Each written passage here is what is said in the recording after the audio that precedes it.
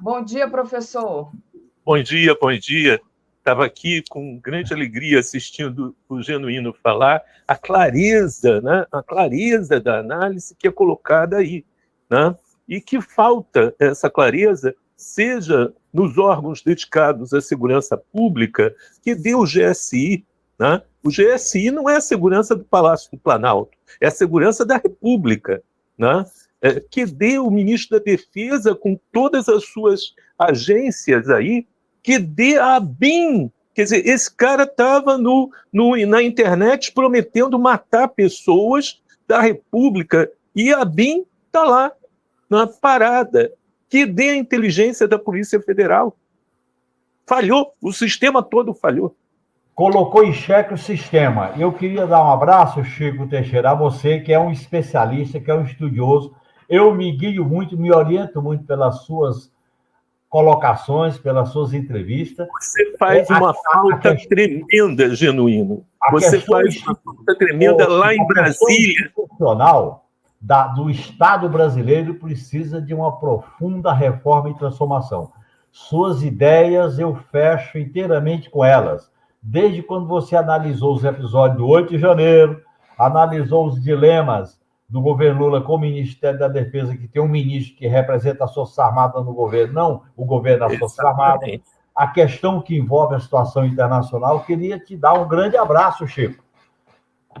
Eu agradeço muitíssimo, tá? E ouvir você. Você é uma fonte de bom senso, né, de análise política correta, quando a gente vê, né, a pobreza que está imperando em Brasília e gerando falhas gravíssimas, né, que podem levar ao colapso da República. Se a gente imagina que uma pessoa como Alexandre de Moraes ou um ministro ou outro qualquer pode ser morto em Brasília, isso pode levar ao colapso da República. Para que forças digam exatamente isso que a direita já está dizendo, veja a declaração do general Hamilton Mourão ontem, de que o governo não tem controle das instituições, que o governo está perdido, né? Isso pode levar a consequências seríssimas para a República. Exatamente, esse alerta é muito importante, Chico. Um grande abraço para você e boa entrevista. Muito importante. Genuíno, antes de você sair, só queria... Daqui a pouco eu vou voltar com o professor Chico Teixeira a respeito do atentado, mas queria que você desse uma palavrinha sobre as manifestações. Hoje, 15 de novembro, vai acontecer ato em Aracaju, nas ruas pelo fim da escala 6x1, né? O movimento VAT, também em Recife, em Curitiba, em Belém e em várias capitais. Acho que aqui no Rio também vai ter. Aqui em São Paulo está marcado. São Paulo. Eu acho, Daphne, que essas manifestações merecem todo o nosso apoio e devemos reforçar. Por quê? Elas trazem uma bandeira que é peça central dos direitos sociais da classe trabalhadora e da nova classe trabalhadora em relação à jornada de trabalho. Nós já discutimos, inclusive, aqui contigo, sobre a importância da bandeira dos direitos sociais, da cidadania dos trabalhadores e trabalhadoras em relação a uma vida digna. E a jornada de trabalho é o centro disso aí. Não é por acaso que na história da classe trabalhadora, Daphne e Chico, você tem fatos importantes da jornada de trabalho. Primeiro, definir a jornada, depois a luta para 8 horas, depois a luta por 40 horas, depois a luta por 6 horas, a luta por tudo. Então, isso faz parte de toda a caminhada da classe trabalhadora. E agora, esta bandeira tem um poder de catalisar, de organizar e dialogar, principalmente com a juventude que está passando pela terceirização e a precarização. Vamos engrossar as manifestações de hoje. Não, muito importante dizer, gente, que o David Bacelar, que sempre participa aqui às sextas, hoje não estará, porque está nessa questão aí da organização do ato, vai ter um encontro lá na Cinelândia hoje, às 9h30, então daqui a pouco o David não poderia participar aqui com a gente, e também está participando do G20. Obrigada, Genuíno, grande beijo, a gente se vê na terça-feira, às 13 horas, aqui na TV 247, no programa Conversa de Política. Perfeito. Um grande abraço, Daphne. Um grande abraço, Chico Teixeira. Salve o Genuíno. Muito bom, né, Chico? O Genuíno sempre aqui conosco. O Genuíno é gênio. Falta o Genuíno no Congresso Nacional para dizer essas verdades na cara da direita. Com certeza. Mas você, bom, veio aqui, queria te agradecer demais hoje, super especialista nesse tipo de assunto. Vem conversando comigo através do WhatsApp todos esses dias, né? Queria que você falasse um pouco como é que você assiste a esse atentado.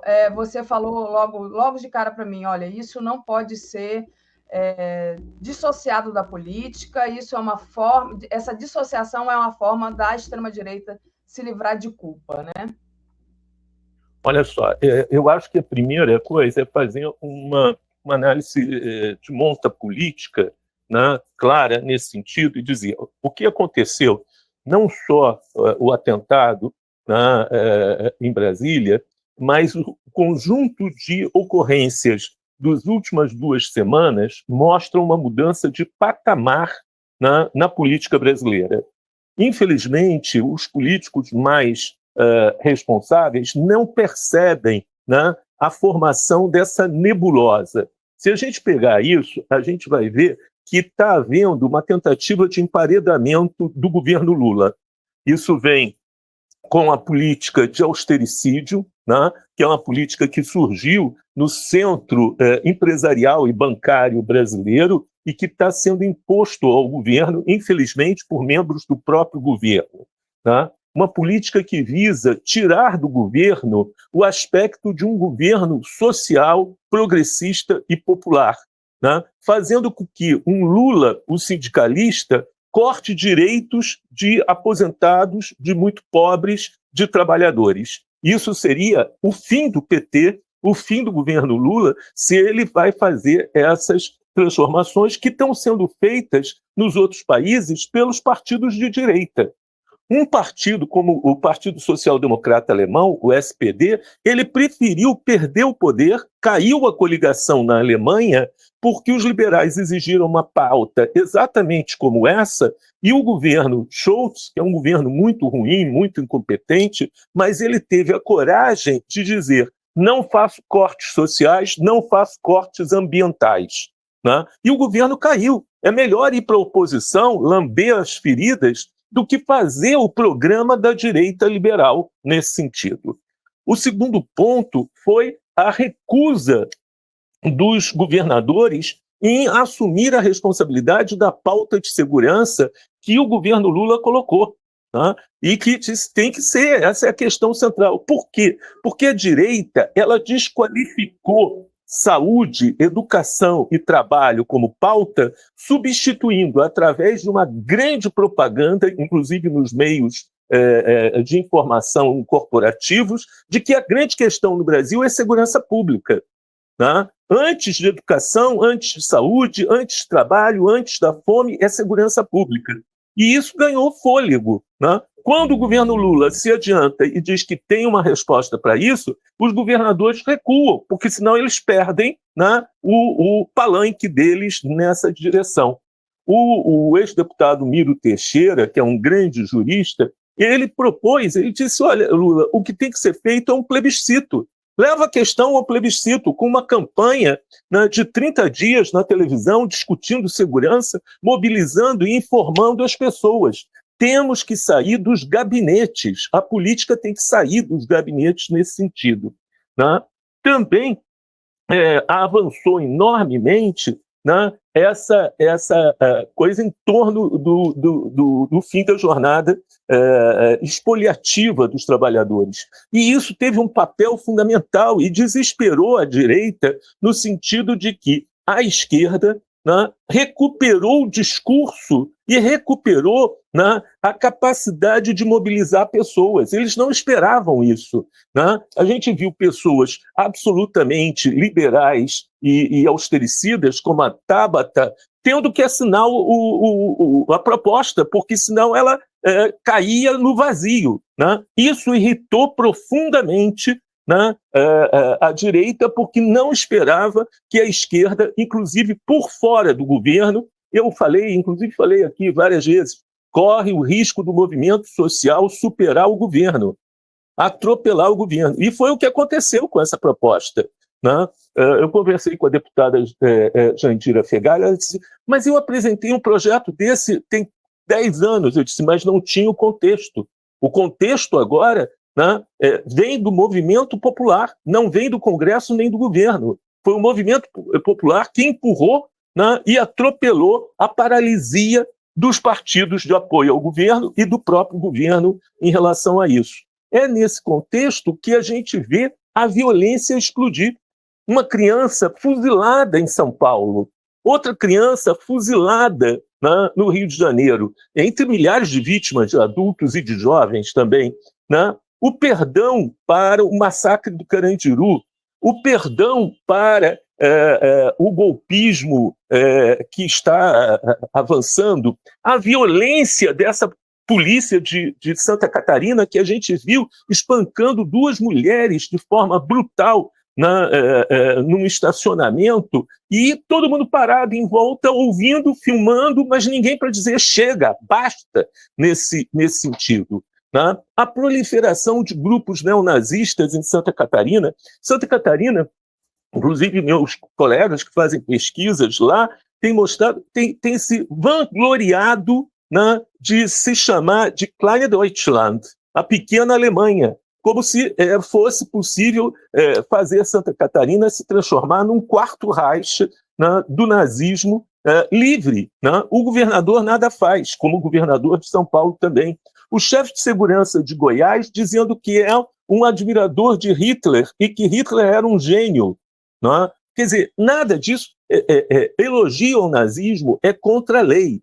Não pode ser feito. Mas ninguém, nem a Confederação Israel-Brasil, a CONIBA, que é tão veloz em chamar de antissemita qualquer um que defende os palestinos, se mobilizou para criticar esse policial em Goiás. Se manteve, porque não quer mexer, porque vários deles, inclusive, têm uma postura fascista de apoio a Netanyahu. Né? Então, é um conjunto de coisas que avançaram em direção ao emparedamento, né, do governo Lula. Né? O governo Lula e o Lewandowski deviam ter coragem de dizer que vão fazer uma intervenção federal na violência em São Paulo e em Santa Catarina.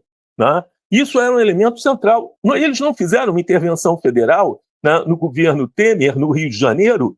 Tem que fazer uma intervenção federal. Tarcísio e o seu secretário, né, inefável de segurança, tem que abrir mão da segurança de São Paulo. Tem que dizer que não tem capacidade de garantir a segurança, que a segurança está na mão, né, de chefes de batalhão da Polícia Militar. Isso tem que ser muito claro. Temos que partir para essa ofensiva. Então, eu acho que aqui a gente tem um patamar, um contexto amplo, uma conjuntura do que está acontecendo. Mudou o patamar da violência política contra o governo Lula. Né? Esse é um elemento central. Se o núcleo político do governo Lula acha que pode resolver isso com negociações e cargos no Congresso, estão errados, porque eles não fazem a política tradicional. O que eles fazem é uma política, né, inclusive, como já foi colocado por vários deputados do PL, pedindo o impeachment do Lula. Muito importante. E aí eu te pergunto, né, nesse cenário de violência política, né, o que você acha que vai acontecer? Por exemplo, essa é a questão da anistia, né? O Alexandre Moraes já disse, olha, não vai rolar, né? Muita gente, muitos analistas dizendo que agora não tem mais essa discussão, não dá mais para ter discussão de anistia depois do que aconteceu em Brasília. Como é que você acha que vai se encaminhar isso tudo? E a questão também da punição do Bolsonaro depois disso tudo, né? Porque o Bolsonaro, a Folha já tentou ali limpar a barra do Bolsonaro. Teve aquele artigo falando ali, tentando dizer que o Bolsonaro é uma pessoa normal, entendeu? Que não prega o ódio, que não prega esse tipo de ato. Antes de acontecer, né? Enfim, queria saber o que você acha que tem que ser feito. Na verdade, você já falou, mas o que está por vir, né? Olha só, é uma coisa fundamental a gente ver que é preciso ter clareza sobre quais são os objetivos do governo nesse sentido. o movimento pela anistia, ele tem características muito específicas, né? Várias pessoas responsáveis que estavam em silêncio perante o rolo compressor que estava sendo montado pela anistia dos golpistas, agora foram a público e disseram não tem como ter anistia. Mas a direita, o Ciro Nogueira é um grande porta-voz dessa direita, foi ministro do Bolsonaro, ele diz, não, isso não tem nada a ver com o que a gente estava colocando. Eles, na verdade, estão construindo uma narrativa de deslocamento, né, do atentado terrorista, da política que eles apoiam, para dizer daqui a pouco, daqui a 3 semanas, vem Natal, vem isso, vem aquilo, todo mundo já esqueceu isso e a gente coloca, quando começar o ano parlamentar, a gente coloca de volta na pauta. Isso é muito complicado, porque, e o Alexandre de Moraes foi muito claro ontem, se eu perdoo um golpista, eu estou dizendo que o golpismo é parte da política, que é possível. Quando Lira e Ciro Nogueira dizem que tem que discutir a anistia no Congresso, não, tem que discutir a anistia na Justiça, porque passou de fazer política. Fazer política é dentro do arco constitucional. O golpe não é uma forma de mudança de governo constitucional. Portanto, está previsto no Código Penal, inclusive de 7 até 18 anos de prisão, o golpe de Estado. A discussão é jurídica, não é política. Ela saiu do arco constitucional.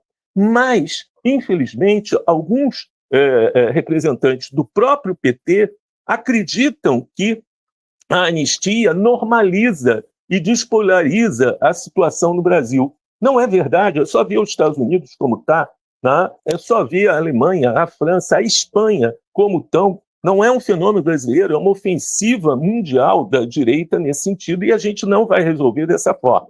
Mas alguns gênios da aritmética eleitoral acham que deve sim se fazer a anistia, que acalma o clima político no Brasil, inclusive uma anistia para o Bolsonaro, na ideia de que Bolsonaro, candidato a presidente, vai ser vencido pelo Lula, e que é mais fácil vencê-lo do que candidatos que estejam, aspas, limpinhos, como Tarcísio ou Caiado, nesse sentido. Só esquecem que a diferença a favor do Lula foi 1,8% dos votos. Foi muito pouco. E o Lula não estava no governo, estava vindo, inclusive, de uma áurea fantástica de injustiçado, de vítima de lawfare, de manipulação da justiça. E que governos custam caro aos políticos.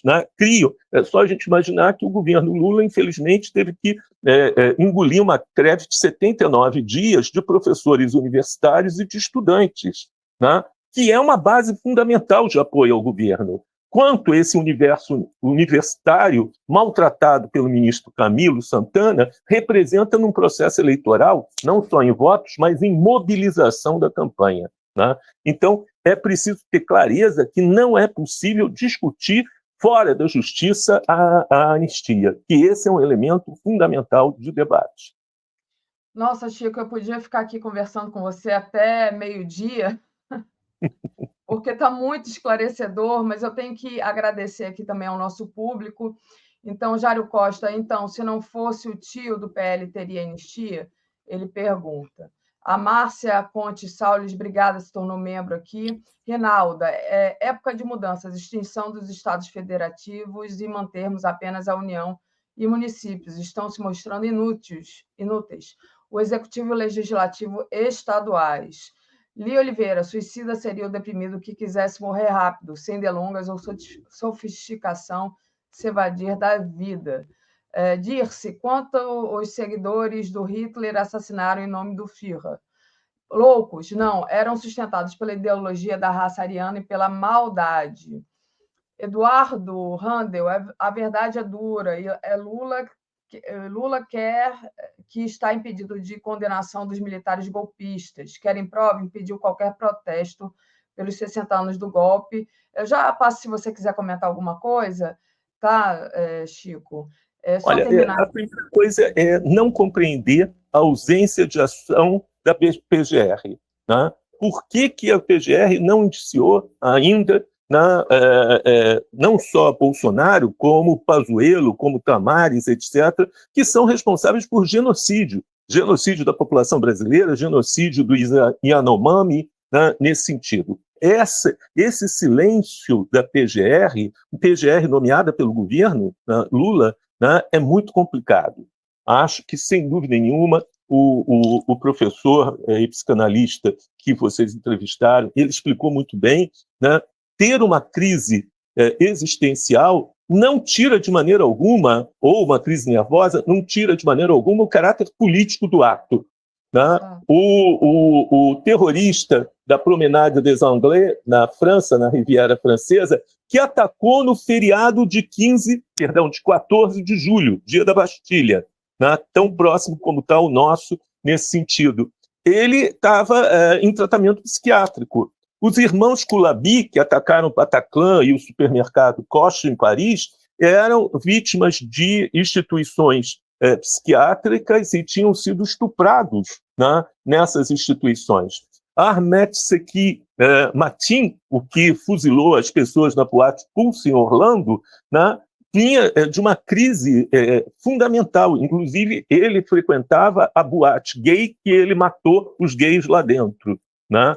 Então, isso não é novidade no terrorismo. Isto é assim. Não podemos ser levados pela narrativa da direita querendo pregar a violência e, quando a violência acontece, se dissociar dela. Não, muito bom.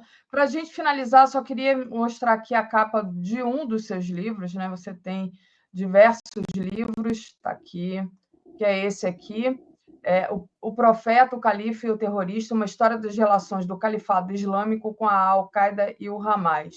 É livro novo, não, né, Chico? É livro novo, acabou de ser lançado, a gente ainda vai fazer a noite dos autógrafos dele, foi lançado na terça-feira. Né? É um livro novo em que eu trabalhei, eu e o professor Karl Schuster, da Universidade de Vigo, né, trabalhamos intensamente com os arquivos do FBI, da Comissão de Segurança Pública da França, da Comissão de Segurança da Espanha. Eles abriram esses arquivos para a gente e a gente tem aí a construção do perfil do terrorista, que, longe de ser um lobo solitário, ele pertence cada vez mais a uma alcateia digital.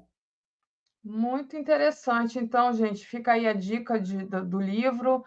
Já teve o lançamento, né, Chico? Não teve o lançamento, a gente ainda vai fazer o lançamento. Então a gente faz uma entrevista. Estamos combinando com a editora, que é o Fino Traço, uma editora nova, bem interessante, né, para fazer o lançamento. Ótimo, então já fica convidado aqui para falar sobre o livro no lançamento. Chico, muito obrigada, um grande beijo para você e parabéns pelo seu trabalho. Beijo. Tchau, tchau, obrigado pelo convite.